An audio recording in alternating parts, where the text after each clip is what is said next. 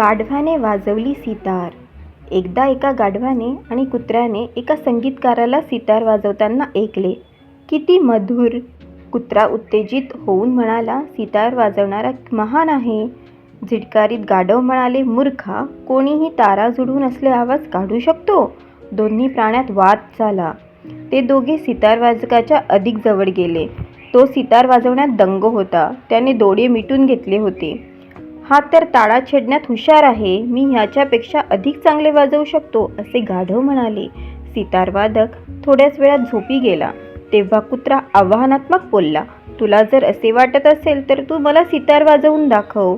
गाढवाने सितार उचलली आणि त्याच्या पायाच्या खुरांनी तारा छेडल्या. त्या प्रयत्नात तारांमधून विचित्र असा आवाज निघाला. आवाज ऐकून सितारवादक जागा झाला व तो काठी घेऊन गाढवाला मारायला धावला. तात्पर्य, अतिहुशारकीमुळे कधी ना कधी फजिती होते.